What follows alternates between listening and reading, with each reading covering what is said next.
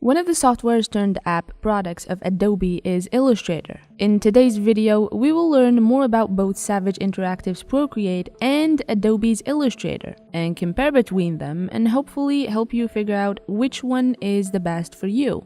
Create unique characters and their world through ideation and practical exercises that can be applied to various media. This Domestika course is presented by Nathan Jurevicius, an illustrator, filmmaker, toy designer, author, and concept artist. Follow along as he shares his personal approach to creating unique and meaningful characters and how to envision and create the worlds they inhabit. Nathan worked with huge brands and companies from all over the world, such as IKEA, Kidrobot, and Hasbro.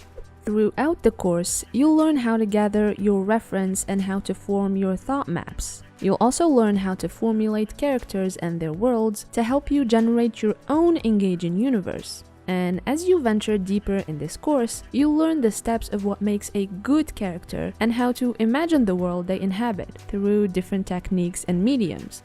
At the end, after finishing your project, you'll see how you can assess your work and determine what could be improved. Nathan will also explain how you can stay motivated in your personal and professional life. If you're interested in this course, you'll find all the necessary links in the description box below.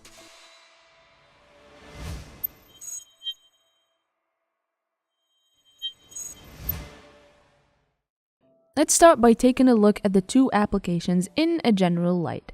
While Illustrator's history goes way back, I'm talking 35 years ago, the app was released only 2 years ago, more precisely on the 20th of October 2020. The app is only available for iPad OS. However, there's a version of this app that is available for Android. We use the word version here very lightly. The app in question is Adobe Illustrator Draw. It's basically a very watered down version of the real deal. The Illustrator app is part of Adobe Creative Cloud, meaning it's only free for people who pay for a subscription with a plan that includes Illustrator. Otherwise, you'll have to pay around $10 a month. Other than that, this software turned app is so popular, we don't think you need an overview over it, except for the fact that it has been discontinued on July 19th, 2021.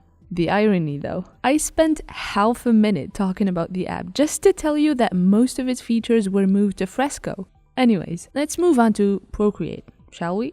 Procreate is a software developed by Savage Interactive for iPad OS and iOS. It's a raster graphics editor, meaning you cannot create vector art in Procreate. The software's latest updates included the option to make simple animations, as well as 3D printing. You can import 3D models from Blender, for instance, and use Procreate to paint on them. First released in 2011, the software still thrives today. The software is not free. It costs around $10 US. However, as the price tag shows, it's not as costly as Illustrator.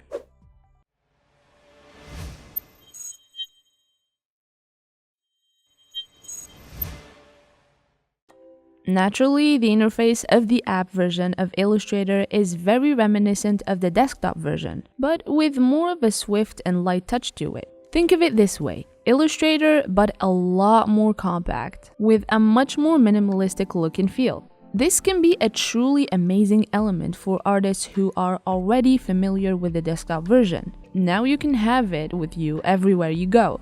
The main elements of the interface are toolbars on each right and left side with a variety of tools. The top bar has very few buttons, and the middle of the interface is where your canvas lies. As mentioned before, the design of the buttons is very sleek and clean looking, and the presentation of the tools is kept brief, which makes for a compact look. This doesn't take away from the familiarity of those who use the desktop version, making for an extremely user-friendly experience. The simplicity is also very helpful in delivering a user-friendly experience to those who are using the software for the first time. It's worth noting that the app resembles Procreate's presentation, which seems to be the trend for a lot of other iPad drawing apps. Interface aside, let's explore this app's tools. One important thing to know about this app is that it does not have all of the tools of the desktop version. It does, however, have the core ones, which allow you to do most of your graphic design work.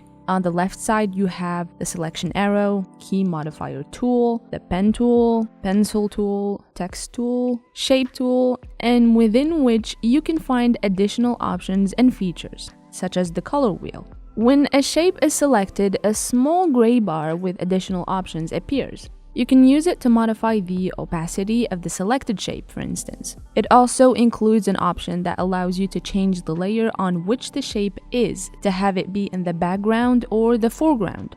There are plenty of other tools and options on the right side of the bar, such as layers, sliders, where you get to modify your stroke and adjust it, precision docker, where you can snap a shape to a grid, for instance, and shape builder tool, where you can combine shapes and modify them in so many different ways. Another feature in this app is the use of hand gestures for certain actions. For instance, tapping the screen with 2 fingers will undo your action, while tapping the screen with 3 fingers will redo your action. Once you're done with your design, you can save it in multiple formats: AI, PSD, PNG, SVG, and PDF.